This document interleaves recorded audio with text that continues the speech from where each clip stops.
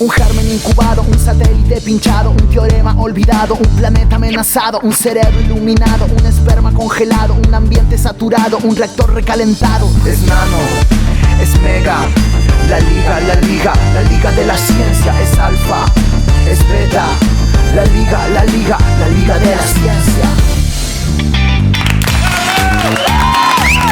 Hola, hola, hola, ¿qué tal? ¿Cómo están? ¿Cómo les va?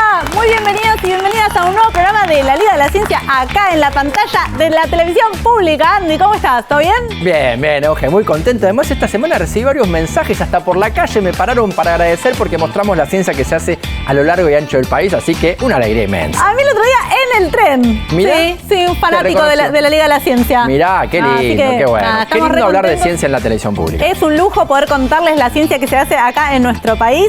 ¿Y qué te parece, Andy, si arrancamos con un poquito de neurociencia? Perdón que hable así, es que soy un poco impulsiva. Sí, lo noto, Euge, siempre te he notado un poco, así que te cuesta un poco contener ese entusiasmo que tenés y a veces eso puede tener que ver, quién sabe, con algo del funcionamiento de tu sistema nervioso. Sí, aparentemente sí, ¿no? La impulsividad se puede estudiar y por suerte nosotros acá en la Liga de la Ciencia tenemos a un neurocientífico que nos viene a echar luz sobre todos estos temas y encima viene acompañado. Claro que sí, estamos hablando del queridísimo Pedro Beck, que siempre está en la Liga como columnista, pero viene acompañado con Cecilia Martínez, una especialista justamente en este tema de la impulsividad y que le estudia con todo el rigor de la ciencia, así que recibámoslo con un fuerte aplauso.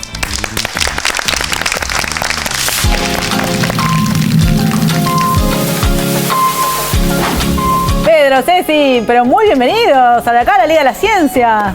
Pero muchas gracias. Gracias por la invitación. Estamos acá muy contentos y bueno, tenemos nuestro pulsador. ¿Qué sería de la neurociencia sin pulsador? Totalmente, totalmente. Y los tiempos de reacción, ¿no? Y a mí me agarra como el impulso de hacer esto cuando lo veo. ¿Puede ser? Vamos a ver cómo nos va con el tema de la impulsividad. O sea que para empezar a hablar de esto y para ponernos un poco en cancha y calentar los motores, les propongo hacer un juego de cartas. Les paso a explicar en qué consiste. Perfecto, me encantó. ¿Sí? Arranquemos.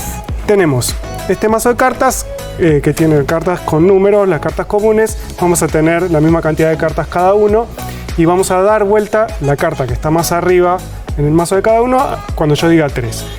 Si aparece un 5, cualquiera de nosotros puede apretar el pulsador. Bien.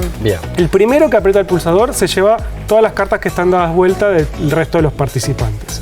Bien. Pero si alguien aprieta el pulsador y no había ningún 5, castigo. Ese le tiene que dar una carta a cada uno de los otros participantes. Bien. Ok. Perfecto. Vamos a hacer algunas rondas, el que se queda con más cartas gana y el que se queda con menos cartas pierde. Excelente. Excelente. Juguemos. Juguemos que Euge es muy competitiva, Sí, ojo que me gusta ganarle se enoja. a Andrés. Sí, vamos Como a que ver. me divierte mucho. ¿Vos, Cecilia, viniste practicando esto? Vine practicando en casa, sí, con mi hijo. ¿Con tu hijo? ¿Y quién ganaba? Me gana él Te siempre. gana él siempre. Siempre, no hay... Sí, Bueno, dale, siempre es la primera carta que está. Sí, ¿mezclaste? Acá. Estaba mezclado. Yo lo corté, pero bueno, está bien. Está todo arreglado. Claro. Un 5, atentos a los 5. 1, 2 y 3. Ah. 1, 2 y 3. 1, 2 y 3. 1, 2 y 3. Bueno. Te llevas todo. Ay, No, gigante te llevas. un pozazo. Un pozazo, sí. Estaba todo arreglado, miren. Y ahora Tiene que haber 5. Sí, claro. 1, 2 y 3. Sí, era obvio que iba a haber No se quedaron sin cartas. Vamos a hacer otra ronda. otra ronda, pero que contra que ya está. La probabilidad de que Contemos salga los un 5. puntos. Vamos, Claro, si querés repartimos. Pará. Mirá, Pero ¿y vos acá quién tenés ganó? otro. No, gané esta ronda, pero vamos a ver ¿Ganaste quién esta ganó. ronda? Sí. Está diciendo, bueno, le gané a Euge, que es lo que más me importaba. Hay un montón de cartas. Bueno, yo te doy para cortar porque son las reglas de cualquier juego. Va. Ahora no voy a ganar. Ahora no vas. Para que no quede raro. No, acá competimos, jugamos, todo sea para entender el funcionamiento del cerebro. Bien. A ver. Bueno. Va. 1, 2 y 3. Ay, 1, ay, 2 y 3. 1, 2 y 3. había mucha eso. Había muchos 5. Había muchos 5. ¿Quién fue? Me llevo. Muy bien. Ahora solo queda un 5. 1, 2 y 3. No. Es que era el mío, me parece que eso me facilitó. Sí, eso Bueno, vamos con el último. Porque lo tenía cerquita. 1, 2. Déjame disfrutar en mi momento. 1, 2, ¿sí? 3. No, ya pasaron. Que se lleve. No lo apreté, para eso está el sonido.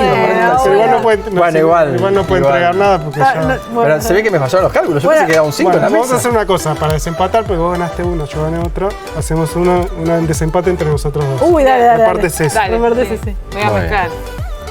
Acá nos están pidiendo que hablemos más despacio. Que yo perdón, me lo digo a mí misma porque No, Es sí. que estamos. me acelero. Es Esto. temático, es la jornada temática. ¿Cortás vos? Sí, si yo Ahí gano, Ah, no, es la final. Ah, son un montón de cartas. lo vamos a cerrar. Si querés vos decís 1, 2, 3. Así. La verdadera Ahí final. va. Bueno, 1, 2, 3. Va. 1, 2, 3. La llevo. 1, 2, 3. Ahí hice lento. 1, 2, 3. ¡Ah! ¡Oh! 1, 2, 3. 1, 2, 3. 1, 2, 3. ¡Ay! ¡Uy, me va a ganar! Pulsador, ¡Me va a ganar el neurocientífico! 1, 2, 3. Ay, solo está dos. peleado, ¿eh? 1, 2, 3. Y la última, 1, 2, 3. ¡Ah! Creo que ganaste, Bueno, Pe. Sí, a yo ver. tengo 1, 2, Bueno, 3, 4, 5, 6. Yo tengo Bien. 1, 2, 3, Bueno, ganó Pedro. 8, 9, 10. Ganó campeón. Mundial. Campeón de. Mirá cómo maneja la impulsividad Pedro, ¿eh? Cómo la tiene controlada. Muy bien, ¿viste? Sí. Estuvimos bastante bien igual, porque creo que ninguno, salvo Salvo vos, Andy, Cas, que fue casi. Andy. Yo en un momento le pifié al botón, por suerte, entonces. Sí, quedó como que no, pero andás a ver, ahí te ayudó un poco. Pero es un poco, digamos, lo que queremos charlar, ¿no? Estas respuestas prepotentes, ¿no? Sí, que estuvieron controladas en este caso. No hubo ninguna prematura, ni antes de tiempo. Eso es porque nuestra corteza Porque prefrontal y frontal estaban andando bien. Está andando bien, sí. Pero ¿cómo definiríamos impulsividad Bueno, entonces? la impulsividad abarca un montón de sucesos y de comportamientos. En dos grandes ramas tenemos la impulsividad de las decisiones, cuando tomamos una decisión sin pensar, o la impulsividad de acción, cuando ejecutamos una secuencia de acciones antes del momento indicado para realizarla. ¿Y se sabe si están correlacionadas? O sea, si yo soy impulsiva en mis acciones, ¿también tomo decisiones sin pensarlas tanto? Puede ser o no, es muy variable y abarca un montón de comportamientos distintos. Es como un término que engloba, claro, a un montón de mecanismos diferentes. Claro. Sí, normalmente está, digamos, cuando uno escucha, digo, impulsividad, por ahí es impulsivo comprarse algo Claro. Eso sin también. pensar demasiado En las consecuencias. Yo me he comprado una camisa que me pareció, después no lo usé una sola vez y dije, Claro. oh, qué sé yo. Esa puede ser una compra impulsiva, digamos, algo Una que persona que haces. discute enseguida, se quiere ir a las manos, quiere pegar, También, ¿no? Eso también. son La esas, impulsividad tiene que ver con el autocontrol también. sí. Bien. Y por eso es que cambia mucho con la edad, ¿no? Cambia con la edad y en la adolescencia, bueno, durante la adolescencia maduran un montón de circuitos que están involucrados en el control de las acciones. Y en la adolescencia se da que mientras maduran estos circuitos hay una preferencia por los estímulos novedosos y que sean como gratificantes para los individuos. Entonces, en esa búsqueda de sensaciones placenteras, se cometen a veces acciones apresuradamente o se toman decisiones sin pensar mucho en las consecuencias que puedan tener.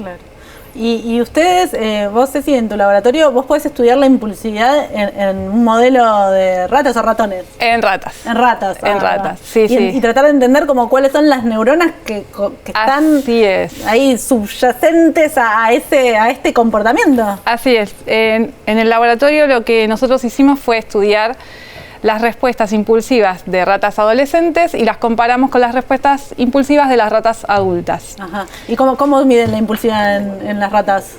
Bueno, ¿Se compran ropa que Sí, le gusta? Fruit Loops. No, Sí. se compran Fruit Loops. esa es la recompensa que le doy aparte del experimento. Pero durante el experimento las ratas tienen que ejecutar una secuencia de acciones en el momento indicado. Si lo hacen antes, no obtienen una recompensa, y si lo hacen a tiempo, entonces son recompensadas en la mitad de las veces. Porque a nosotros nos interesa comparar la actividad de una estructura del cerebro que se llama estriado, cuando los animales reciben una recompensa versus cuando no la reciben. Ok. Entonces, claro, es como que si yo hago esto mal, como recién, no recibo la recompensa. No recibes recompensa. Pero si lo hago en el momento indicado, quiere decir que pude inhibir, ¿no?, mi respuesta. Exacto, en el momento que no era, y hacerla así en el momento indicado, y ahí recibo... O sea, pero podrías hacerla antes, Sí. cosa que está mal, porque Claro. es antes del momento. Podrías hacer después, Ah, que eso es muy lento, entonces tampoco Claro. te sirve. sí. Sí, nosotros hicimos... Los experimentos originales no tenían un techo de tiempo, en cuanto podían esperar todo el tiempo que quisieran, y en eso los adultos esperan más que los adolescentes. mira. Pero después le cambiamos el significado al tiempo. Tenían que aprender a entrar, a hacer esta secuencia de acciones en una ventana temporal precisa. Bien. Si lo hacían más tarde no eran recompensados, si lo hacían antes tampoco.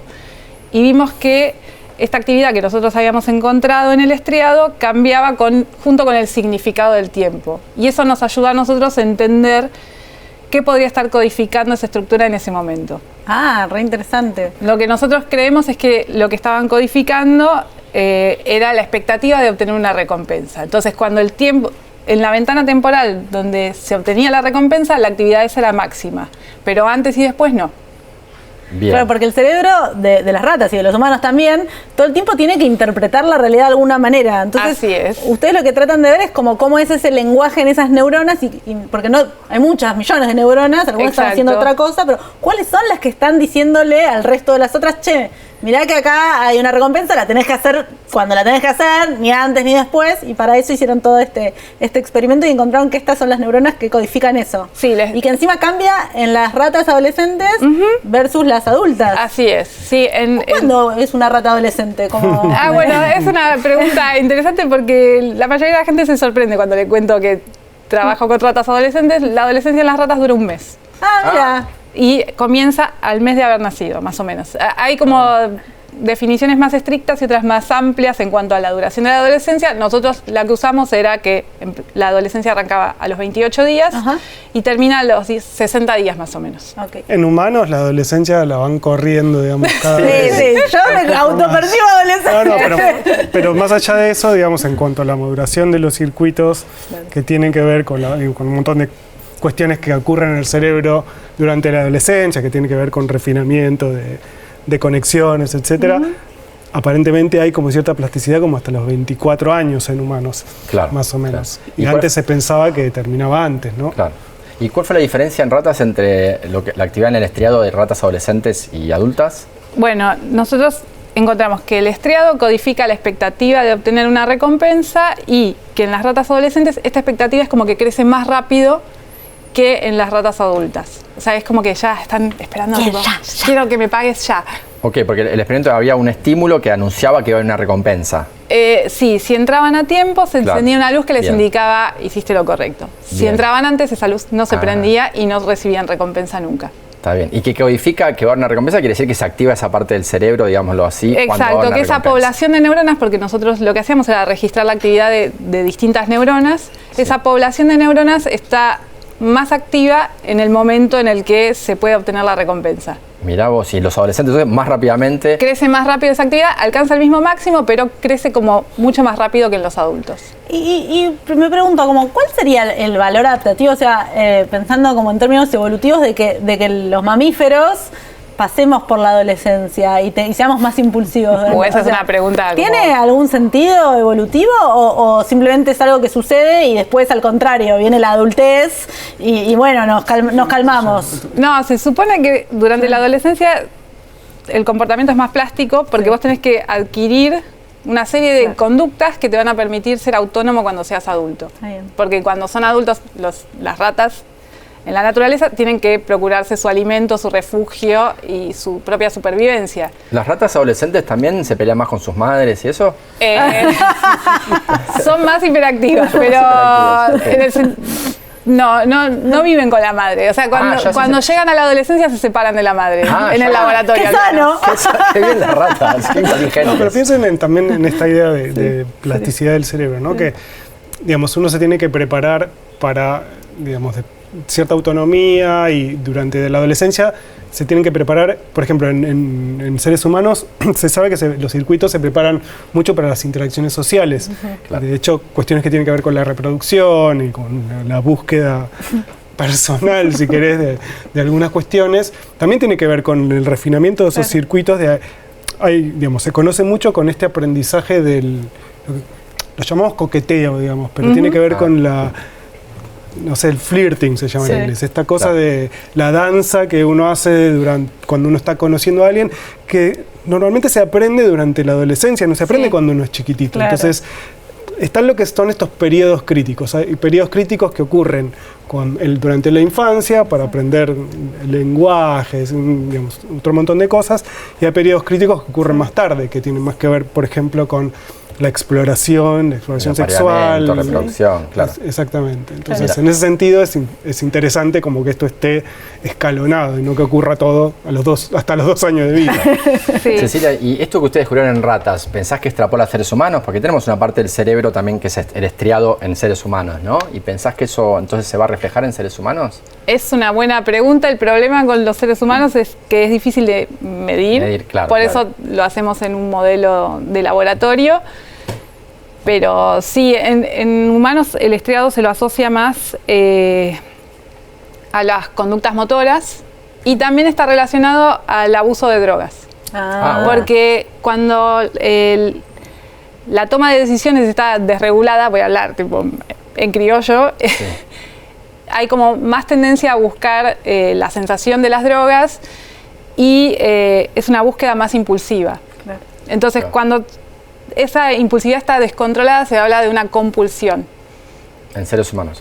¿Y por qué está asociado al estriado en seres humanos, esa compulsión? Porque algunos aspectos de las recompensas son procesados en el estriado. Y además porque el estriado está muy involucrado en la parte de movimientos, pero también en la parte como de hábitos.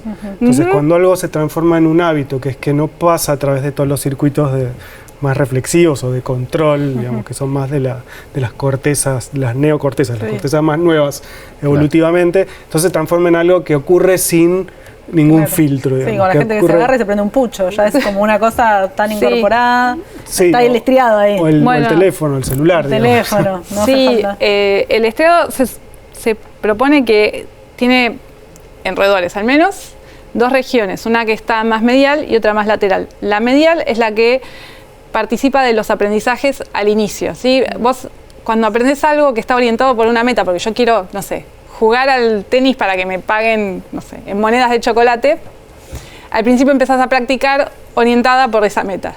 Pero después cuando ya lo practicás y lo practicás y lo practicás, se empieza a volver un hábito y eso lo procesa el estriado lateral. Y ahí ya no hay tanto control, no importa si está la pelota de tenis, vos haces la secuencia de acciones igual y eso está codificado por el estriado lateral. Mira, me encanta cómo lo saben a nivel de detalle. Ni hablar. La verdad es que es re interesante lo que haces y tiene implicancias en adicciones, por ejemplo, en el comportamiento humano, y además de que en sí está buenísimo poder entender bien cómo el cerebro funciona, cómo codifica todo esto que nos está pasando, o sea que está buenísimo. Así es. Excelente, Cecilia. Bueno, un lujo, gracias. la verdad. Felicitaciones y muchas gracias por venir. Gracias a ustedes por la invitación y gracias Pe. Gracias Pe, siempre. Y cuando quieran nos juntamos a jugar a las cartas. Por favor. Sí. Bueno, nos vamos un corte a la cuenta de 3 y apretamos el botón. Dale. 1, 2, 3. Quédense ahí, ya venimos. La liga de la ciencia es alfa, es beta. La liga de la ciencia.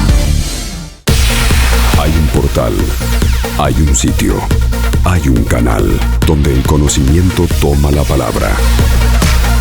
Todo Ciencia.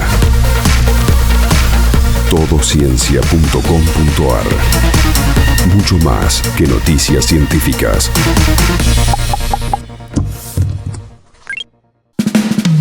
Es nano, es mega. La liga de la ciencia es alfa, es beta. La liga de la ciencia. Nuevo bloque bloque de la Liga de la Ciencia y llegó el momento de la paleontología. Y en la Liga de la Ciencia, si hablamos de paleontología, hablamos de Cecilia Apaldetti, que en esta ocasión visitó un laboratorio muy importante, el Laboratorio de Radiocarbono de la Universidad Nacional de La Plata. Allí conversó con especialistas sobre una técnica muy fundamental, que es la de carbono 14, que seguramente muchos de ustedes la conocen, que es como una especie de cronómetro, pero con sus particularidades. Que nos permite saber cuándo vivió un organismo cuyo fósil fue encontrado, por ejemplo. Así que vayamos a ver cómo le fue a nuestra querida Cecilia Apaldetti.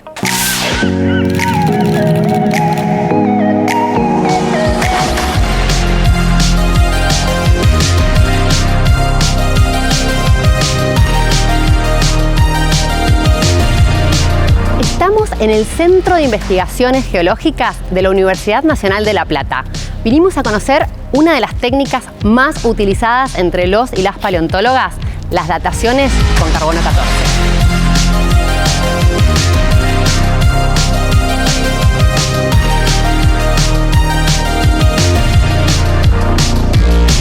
Estamos en el laboratorio de radiocarbono. Ustedes, para utilizar esta técnica, necesitan carbono 14.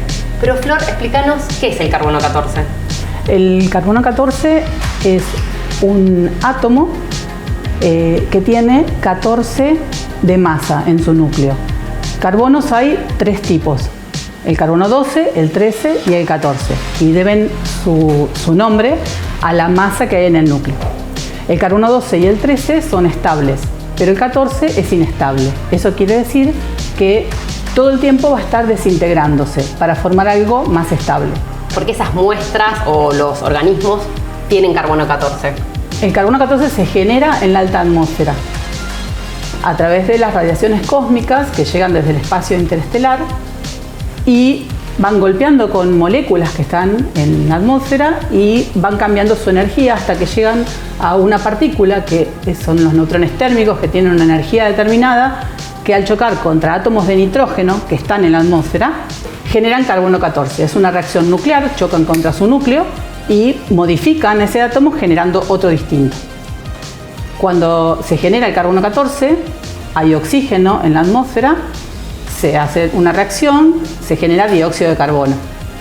Y ese dióxido de carbono está en la atmósfera, en particular este de que estamos hablando tiene carbono 14, pero también hay dióxido de carbono con carbono 12, otro con carbono 13. Y tiene una abundancia relativa. De carbono 12 hay mucho, carbono 13 hay poco, y de carbono 14 hay muy poquitito, dióxido de carbono con carbono 14.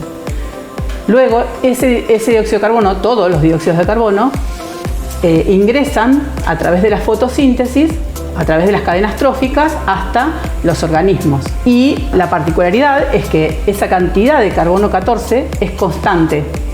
Esto quiere decir que nosotros, supongamos, pensemos en un ecosistema actual para poder entender el del pasado. Los animales incorporamos a través de los alimentos o de las plantas que adquirieron ese carbono 14, nosotros lo incorporamos a nuestro cuerpo y queda ese carbono asimilado. Bien. Y entonces cuando los animales mueren, ahí viene lo importante de la medición. Cuando los animales mueren, dejan de asimilar ese carbono 14 y eso es lo que miden ustedes. ¿Cuánto carbono 14 perdió desde que se murió hasta el día que lo estás midiendo? ¿Sería así? Exacto. Y nosotros lo que medimos es el carbono 14 residual, lo que quedó en esa muestra. Porque vos conocés el valor original que tenían esos organismos cuando vivían. Exacto. Que se conoce a través de los valores de la atmósfera. ¿La atmósfera tiene ese carbono constante desde hace cuánto tiempo? Las mediciones y lo que se ha llegado a poder estudiar es que siempre tuvo esa cantidad, desde que la atmósfera está formada, siempre tiene esa cantidad de carbono 14 constante. Excepto cuando hay causas naturales de variación o artificiales. Entonces esto quiere decir que por ejemplo, la actividad antrópica puede haber cambiado las concentraciones de dióxido de carbono o de carbono 14 en la atmósfera. Sí, por ejemplo, el método tiene una escala que va desde 1950 hacia el pasado. Y esa es la razón de esa escala, es que en la década del 60, sabes que estuvieron las pruebas nucleares y luego las explosiones nucleares. Todo eso inyectó una cantidad de carbono 14 muy elevada a la atmósfera y por lo tanto modificó la actividad esa constante de la que estábamos hablando, que es una hipótesis del método. Y otra causa también antrópica es en la época industrial, cuando empezó el desarrollo industrial, hay carbono fósil que se emite a la atmósfera que hace todo lo contrario. Es carbono que no tiene nada de carbono 14 en su pool de carbonos que tiene el material. Y lo mismo ocurre con los combustibles fósiles.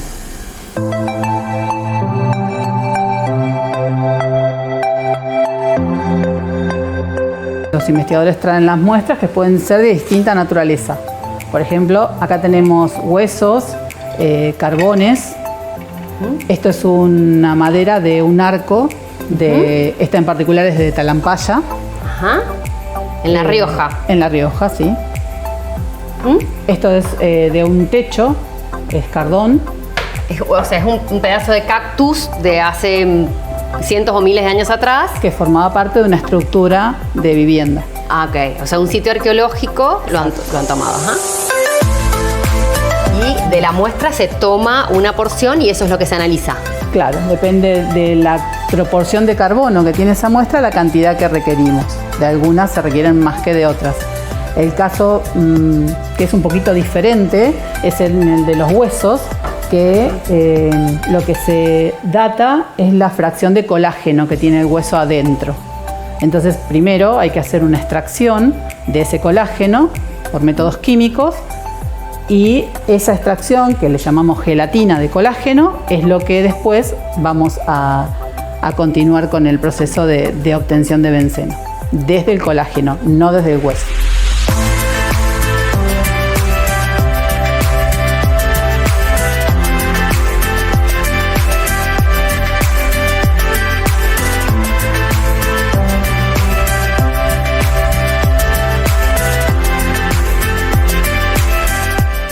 Aquí adentro se coloca la muestra y se va a quemar. Luego de acá viene por esta conexión hasta esta otra línea. Esta es la línea de purificación del dióxido de carbono. Nosotros vamos a hacer pasar todos esos gases que provienen de la combustión y los vamos a ir separando. El objetivo es obtener dióxido de carbono puro.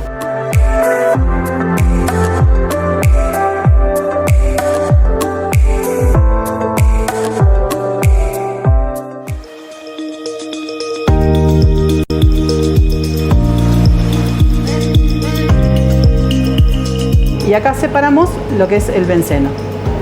Si ves, es medio violáceo porque para que los fototubos que tiene este equipo y que puedan medir esa radiactividad que emite el carbono 14, tenemos que ponerle unas sustancias químicas que permitan que esa energía sea vista por el fototubo. Eso se llaman centelladores. Por eso el equipo es de centelleo líquido. Es un líquido, tiene un centellador y es un espectrómetro. Va a medir emisiones, en este caso, de partículas beta. Ok. Y en este momento se está midiendo una muestra que podés ver acá el espectro. Son todos estos piquitos que aparecen. Esta es una muestra que es muy antigua, por eso los picos son tan pequeños. Tiene muy poquita cantidad de carbono 14. ¿Y de acá qué información obtenemos? De acá lo que obtenemos son las cuentas por minuto. Lo que estamos midiendo es la radiación beta que está emitiendo el carbono 14 y eso nos va a permitir poder calcular la edad. Bien. Para eso tenemos que medir la actividad actual, tenemos un estándar que va a medir la actividad actual, tenemos que medir la actividad del equipo, del ruido que genera el equipo y la actividad de la muestra. Por eso son como 4 días de medición. Bueno, Flor, y entonces ya vimos todo el proceso. ¿Nos podés contar algún ejemplo concreto de cuántos miles de años les dio alguna de las muestras que vimos? Sí, cómo no. Este, por ejemplo, es un trocito de sudario de una momia egipcia que está en el Museo de la Plata. Y se fechó en el laboratorio y tiene una edad de 2270, más o menos 60 años. Wow. Y esto es de la dinastía, o sea, coincide con la dinastía egipcia. Impresionante.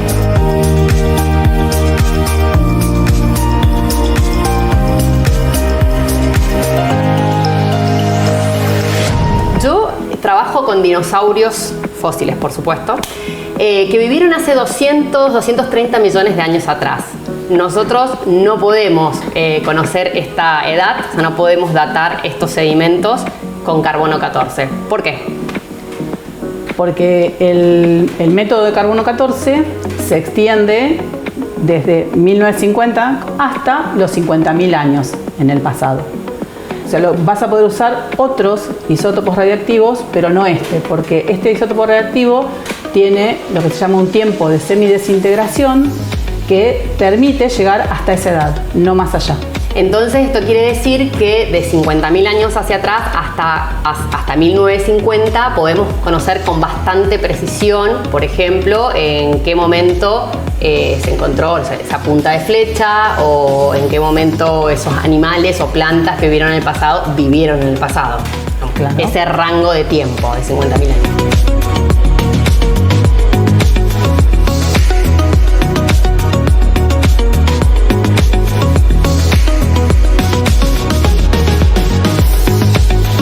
Importancia de este laboratorio para el país? Este laboratorio es el único en su tipo en el país.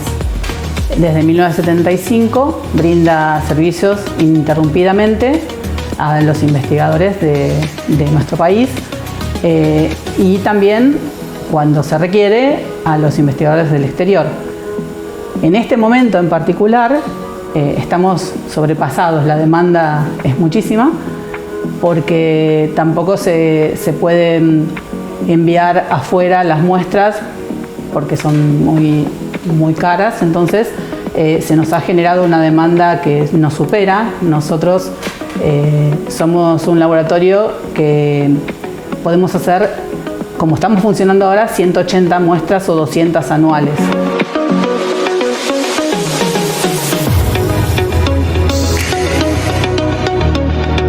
Bueno, Florencia, para mí es un orgullo enorme estar en el único laboratorio en su tipo en Argentina y en Sudamérica. La verdad que estoy muy emocionada por saber cómo funciona todo esto y los felicito a vos y a todo el equipo y gracias por recibirnos. Bueno, muchas gracias a vos. Para nosotros también es un orgullo.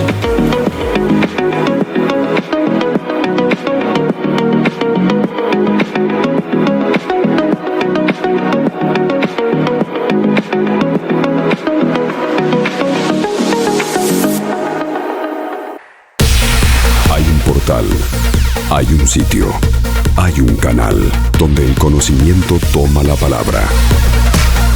Todo Ciencia. Todociencia.com.ar. Mucho más que noticias científicas.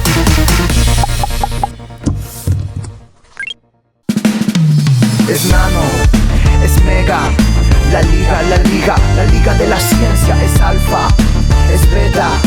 La liga de la ciencia. Último bloque de la Liga de la Ciencia y llegó el momento que más nos gusta del programa, así el momento en que nos relajamos un poco, descontracturamos nuestras neuronas. Estoy hablando de el Club del Nerd y hoy con un invitado muy especial. Mira, el Club del Nerd nos encanta, conocemos personas que tienen hobbies, talentos que no somos ni capaces ni de imaginar. La verdad es que nos damos acá el lujo de conocer realmente personas maravillosas y estamos hablando hoy con Abraham Gómez, que seguramente lo conocen de las redes. Es estudiante de arquitectura en la Universidad Nacional de La Plata y tiene, bueno, iba a decir tiene un talento, tiene un don, pero en realidad supongo que practica y se dedica y trabaja.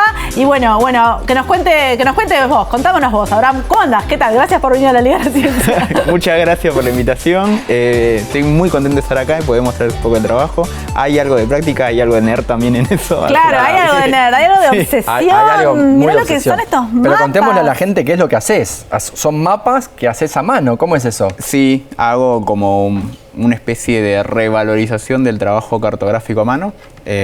Siempre me gustó dibujar, sobre todo a mano. Hay como una cosa que se fue mezclando junto con la ciudad, la arquitectura. y los mapas siempre tuvo como esa cosa que los fue vinculando. Claro. Yo estudio arquitectura actualmente en La Plata y ahí es donde también fui como ahondando en el estudio de la ciudad, en el estudio de los mapas, el dibujo. Excelente. Y un poco mostrar? tiene que ver con esto. No, sí. es una Mostremos locura. algunos, por ejemplo, esta es la ciudad de Mar del Plata, ¿no? Este es Mar del Plata, sí, es un Mirá. trabajo de hace 2 años más o menos. Una belleza. Y conforme pasaron los años, también ahondé en lo nerd del trabajo. Cada vez le pongo un poco más de detalle a las cosas, pero Claro. el trabajo me gustó mucho. ¿Cómo haces? ¿De dónde ves la información? Generalmente uso motores de búsqueda, Google Earth, Google Maps, Bien. Street View, pero también hay algo de información personal, si Claro. es que conozco un poco el lugar. Claro. Lo que pasa también es que vivimos en lugares donde los motores de búsqueda no están tan actualizados en nuestros mapas, ¿no? Capaz Mar del Plata, capaz Buenos Aires sí, pero no sé, Santa Teresita capaz que no. Claro. Entonces hay un trabajo de investigación detrás e intentar como reconstruir cada espacio para que sea lo más actual posible. Claro, Igual claro. también es algo artístico, ¿no? No necesariamente querés reproducirlo como si fuera una foto. Bueno, pero es un mapa igual. Es en definitiva un mapa, Claro. pero al mismo tiempo intento ir mezclando ciertas técnicas, como por ejemplo el dibujo técnico propiamente, pero el dibujo técnico sin instrumental, hacerlo a mano. Ahí Mano alzada. eso implica también un ejercicio distinto. De algún modo también el dibujo a mano alzada tiene como la libertad artística de tomar ciertas proporciones, de hacer ciertas cosas. Entonces tiene un poco de aquello, ¿no? Como hay Del- ciertas licencias que te puedes Claro, tomar. la cartografía tiene sus cosas, pero el dibujo que hago también. Yo te conocí en la pandemia. ¿Vos arrancaste en la pandemia o ya lo hacías de antes y te diste a conocer en la pandemia? Arranqué propiamente a la pandemia a hacer los dibujos que hago. Ah, claro. Dibujar desde toda la vida. Desde toda la Dibujar mapas también, desde toda la vida, pero a mostrarlo en la pandemia. Y Yo mostremos puedo un poco quedar más, horas. claro, No, sí, sí. Yo amo los mapas, pero soy de esas personas que se pueden quedar mirando un mapa horas porque me divierte mirar Sí, mapas. Sí, o yo sea, tengo muchos mapas colgados en casa. Pero estos, por ejemplo, estas son tarjetitas con ciudades, ¿no? Sí. La Son- Plata, Ciudad del Este, Rosario, Buenos Aires, Asunción, A mí me gustó Montevideo porque yo cuando era Claro. chica vivía en Montevideo. Y estuve hace esto sí poco tiene una en licencia Montevideo. artística un poco mayor, ¿puede ser? De algún modo sí, lo que quería era como ir mostrando la expansión de esos lugares a través de sus puntos de origen, sí, por decirlo de algún modo. Por eso tiene- esta cosa concéntrica. de los Sí, círculos tienen también las concéntricos. características de estar dentro de la cuenca del Plata. Ah. Son ciudades que aparecieron, que las dibujé justamente por esa razón. Mirá. Y también eso, como ir aventurándome a hacer no solamente los mapas cartográficos que hago, sino ir mostrando como otras técnicas u otros modos de mostrar las ciudades. Claro, y estas líneas azules, por ejemplo. Son los ríos. Son los ríos los que las ríos. atraviesan o algunos cursos de aguas. Hermoso, mirá, hermoso. qué espectacular. ¿Y cómo fue que, o sea, vos siempre dibujaste y en tu familia te apoyaban? Sí, en eso nunca tuve problema. Me gustaba mucho dibujar de chico. Mi mamá me llevaba a algún curso de dibujo, esos que hacen en verano, siempre cuando hay un poco más de tiempo después de la escuela. Bien. Iba a todos. Y ahí fue donde me fui familiarizando también con el dibujo, me fue quedando. Y con el tiempo se fue convirtiendo en algo que sabía que quería hacer en algún momento. ¿Y cómo eso te fue llevando hacia la arquitectura? De algún modo la ciudad tiene que ver con eso. O sea, son dos cosas que parece que van por separado, pero que en algún momento se unieron, ¿no? ¿Vos siempre viviste en La Plata? No, porque soy de Perú. Bien. Y viví unos 18, 19 años en Lima. Y Lima es una ciudad bastante particular, tan particular como la ciudad de Buenos Aires, todo el conurbano bonaerense. Entonces, de algún modo vivir en una ciudad así, con esa intensidad, me hizo también hacerme preguntas sobre el funcionamiento de la ciudad, sobre cómo llegar de un punto al otro, en una época en donde para ir a visitar amigos tenía que buscar en mapas. Claro. Sí, yo todavía soy de la época de usaba la guía T. claro. Sí. Me encantaba jugar a yo eso, también. ¿no? Como a ver cómo ir de un lugar al otro. Me fascina todavía. Es que yo tampoco vivía en el centro de la ciudad, entonces para visitar amigos siempre tenía que cruzar toda la ciudad. Entonces aprenderme los mapas de memoria era como una cosa que tenía que hacer siempre. Y qué loco que te muestre La Plata, que también tiene su, no sé, urbanísticamente hablando es particular. Sí, de hecho cuando llegué a la ciudad de La Plata lo primero que me interesó fue el mapa. O sea, yo lo primero que vi fue el cuadrado de La Plata y dije, no, esto necesita una explicación, la voy a averiguar. Fue algo así también. Sí, siempre me importa, siempre me interesa. Y acá tenemos uno inédito, ¿no? Que todavía estás haciendo, no lo mostraste nunca. Esto que es de la esto ciudad de Buenos es un Aires. avance, ya va como ahí un 67% más o menos. No. Sí, es sobre la ciudad de Buenos Aires, no es sobre toda la ciudad de Buenos Aires, pero es lo que puedo hacer hasta ahora. No, pero está bien. ¿Y cuánto te llevó a hacer esto, por ejemplo? Esto que hiciste Una hasta ahora. locura. ¿Cuánto tiempo te llevó? Esto estoy más o menos desde fines de junio aproximadamente comienzo de julio, como más en intensidad. Lo que pasó también en el medio es que yo fui haciendo otros trabajos, bueno, también está la facultad, tengo una vida detrás de eso, entonces fue lento, pero también hay una complejidad en la ciudad de Buenos Aires, una ciudad enorme, entonces va lento en los tiempos en los que yo suelo manejar, pero va a tener un resultado que a mí me gusta, y yo quería traerlo para mostrárselos porque seguramente pueden ir reconociendo ya algunos lugares. No, espectacular. Sí, yo estaba buscando mi casa acá de la adolescencia, cerca del Congreso, pero creo que no llegaste. No. Zona del Congreso es Zona del Congreso, ¿dónde estoy? Acá está el Congreso, claro. Acá está el Congreso. Este es 11. Ah, 11, claro, acá el Congreso. Sí, tiene que estar por acá mi casa de la adolescencia. Ahí si lo buscan como despacito. ¿Esto es Constitución? Esto es Constitución. Constitución, sí, la 9 de julio, el obelisco, eso se ve perfecto. Sí, ya me falta un poquito del norte y vamos a ritmo. ¿Nos mostrás la técnica un poco? Yo quiero verte dibujar porque es una locura. Sí, obvio. Generalmente comienza, viste que esto tiene todavía un trazado en lápiz donde está parte de la ciudad. Claro. Lo que hago es como, de algún modo, empezar a dibujar las calles, o me referencio sobre todo de la trama urbana. Para ello también hay como una investigación detrás, ¿no? Cómo funciona la ciudad.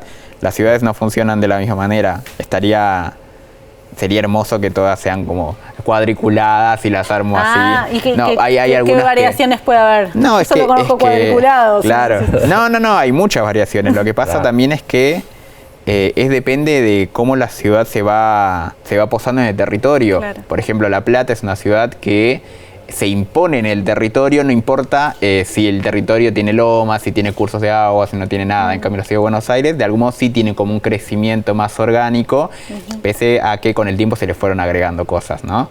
Entonces, de algún modo, esto haciendo una grilla muy básica, ¿no? Sí. De algún modo, lo que intento es primero investigar la grilla de la ciudad, luego trasladarla a un dibujo isométrico, que es un dibujo, es una técnica de dibujo con instrumental, con reglas, con demás, que de algún modo busca unos puntos de fuga. En este sentido, de algún modo en este dibujo están a 30 grados. Eso porque le da cierta perspectiva. Le da cierta perspectiva. A mí me gustaba el dibujo a 30 grados. Uno puede agarrar el dibujo a 45, puede agarrar otros grados. A mí el dibujo a 30 siempre me gustó. Mira, ¿todos estos son a 30 grados? Todos estos son a 30 grados, sí. Entonces eso también exige que cuando dibuje yo tenga que trasladar cosas, medidas, tenga que ir revisando manzana por manzana. Entonces, por ejemplo, ¿no? Estoy en algún motor de búsqueda y tengo que empezar a dibujar esta manzana. Entonces esta manzana de algún modo va a tener una vereda, ¿no? La manzana se va a configurar con alguna ochava, algunas alturas pueden llegar a tener. En la cuestión de alturas siempre hay como una libertad artística, pero ya con el tiempo uno va manejando cuánto mide los volúmenes según la escala que esté dibujando, ¿no?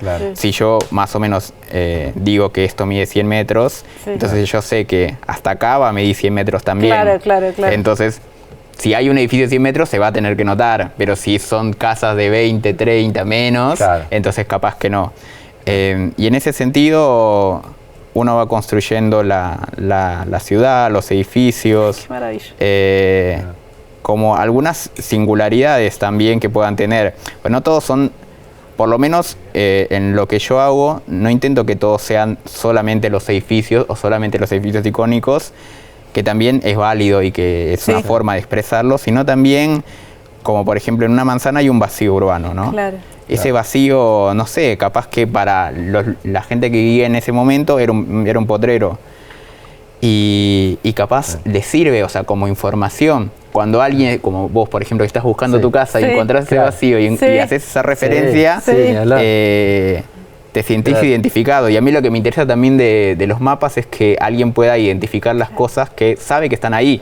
En ese sentido, entonces, también pueden aparecer ciertos edificios que la gente pueda referenciar y que ¿Y los árboles? A mí siempre me gustan que aparezcan. Los árboles, ahí... Porque Buenos Aires tiene muchos árboles, en ciertas zonas, ¿no? Pero depende, depende en realidad la escala, ¿no? Si yo tengo un suficiente espacio, por ejemplo, no sé, dibujo esta manzana, y en esta manzana, bueno, los edificios terminan, por ejemplo, de este lado, y yo sé que acá hay un arbolado, probablemente se le agregue. Ahí va. Pero también puede pasar que esté dibujando una manzana de este tamaño Claro. Y ahí digo, ahí- bueno, no. y ahí- Ya está. O sea, si le pongo un árbol ya no me queda nada en realidad. Ahora, entonces una pregunta, porque este veo que es bastante diferente a todos Sí. los demás. Es un mapa de las Islas Malvinas. ¿Esto Sí. cómo se te ocurrió? ¿Cómo nació? Eso me contactaron miembros del Centro Argentino de Cartografía el año pasado, Ah, qué lindo. que fueron los 40 años de la guerra. Mirá, hermoso. Y de algún modo querían poder retratar todo el proceso que hubo en ese momento. Divino. Y lo que se nos ocurrió, un poco con información que ellos tenían y con la técnica que yo tenía, Sí. era poder de algún modo documentar y contar el proceso de la guerra en las islas a través de un mapa. La experiencia fue muy linda porque además yo, si bien conocía sobre la guerra de Malvinas, no tenía tanta información. Hubo un trabajo de investigación detrás, un trabajo que implicó también conocer más gente, hablar con otras personas, gente que estuvo ahí también. Mirá, reinvestigaste, qué sí, bien. sí. Y Claro. la verdad que para mí fue bastante satisfactorio y el resultado fue Es hermoso. Es hermoso. Aparte están Sí. explicadas las principales batallas, Sí, los avances sí, ingleses. Hermosísimo. ¿Y vos cuando subiste esto a redes enseguida tuvo mucha repercusión? ¿Cómo fue ese No, proceso? fue un proceso al comienzo lento y luego fue De repente explotó. aceleró un poco más. Ah. Al comienzo yo lo que quería era mostrar el trabajo que hacía muy desde lo personal, ¿no? Estábamos todos en nuestras casas por la pandemia, todos estaban ordenando los libros de la biblioteca y yo no tengo muchos libros de la biblioteca, no tenía mucho que ordenar, pero sí quería dibujar de nuevo porque si bien venía dibujando porque dibujaba para la facultad y lo que me pedían y era mucho de eso, entonces no dibujaba para mí. Entonces empecé a dibujar de nuevo para mí, empecé a subirlo, hoy dibujé esto, hoy dibujé lo otro y así, hasta que en un momento dije, podría retomar lo de los mapas, que era algo que yo ya hacía y que lo había dejado, y empecé a dibujar. El primero, de algún modo, que tuvo como cierta repercusión fue uno de Rosario, no lo traje hoy, me olvidé de traerlo. Este fue como el primero que dijo, che, podés hacer algo con esto. Entonces empezó ahí como lento durante un año y ya para el mapa de Mar del Plata es donde empezó de algún modo a acelerar ese proceso. Luego hice un mapa de La Plata y ahí para arriba. Increíble. mirá. ¿Y dónde te encuentra la gente que te está mirando en las redes? En @gomez.ilustra en Instagram. ¿Y si te quieren hacer encargos, se puede? Sí, ¿Sí? generalmente hay como un proceso detrás. Claro, claro, me imagino. Sí, pero siempre cualquier persona que me Mirá. pide algún encargo o necesita saber cómo hago alguno de los mapas, siempre estoy para explicárselos. Oh, qué bueno. Que me gusta de algún modo poder, las dudas que tengan, poder resolverlas. Sobre todo porque siempre están como... Hay veces que contesto a alguien y me dice, pensé que no me ibas a contestar nunca. Y no, la verdad que a veces tardo, pero siempre quiero contestar porque sé que para mucha gente los mapas son importantes. Bueno, espectacular. Muchísimas gracias por venir al Club del Nerd de la Liga de la Ciencia. Un lujo. Muchas gracias por la invitación. La verdad, muy contento de poder mostrar el trabajo que hago. Qué bueno, Abraham, la verdad que un lujo, es un placer escucharte, así que seguro que vas a tener un enorme éxito por delante en la arquitectura, en las redes sociales, en todos lados. Muchas gracias. En el arte. Gracias a ustedes. Bueno, y a nosotros se nos terminó el programa, pero lo bueno es que nos vemos la semana que viene acá en la Liga de la Ciencia. ¿En dónde? En la pantalla de la televisión pública. Nos vemos. ¡Chao! ¡Hasta la semana que viene!